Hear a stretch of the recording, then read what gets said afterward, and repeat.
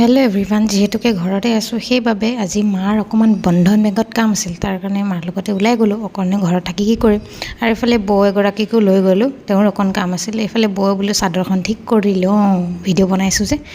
তাৰপিছত আৰু আহি পাই কপালটো বৰ ভাল আমাৰ চবৰে। তাৰপিছত মাহঁতক ইনভাইটো কৰিছিল লগতে। ছাৰপ্ৰাইজটো যে ৰখি আছে আমি গমেই পোৱা নাছিলোঁ। আজি বন্ধন বেংক হোৱাৰ 9টা বছৰ সম্পূৰ্ণ হ'ল, গতিকে তাৰে এটা সৰুকৈ এনিভাৰ্চাৰী চেলিব্ৰেশ্যন। তো চেলিব্ৰেশ্যনৰ ভাগি কৰিলোঁ। আৰু এয়া কেক কাটিঙৰ টাইম হৈছে, অকণমান দেখুৱাই দিছোঁ, চাই লওক। আৰু ইয়াত থকা ছাৰসকলে যদি চাই আছে ভিডিঅ'ত এটা কমেণ্ট কৰি দিব দেই। ফেচবুকতো দিওঁ, ইউটিউবতো দিওঁ, আপোনালোকে য'তে চাই।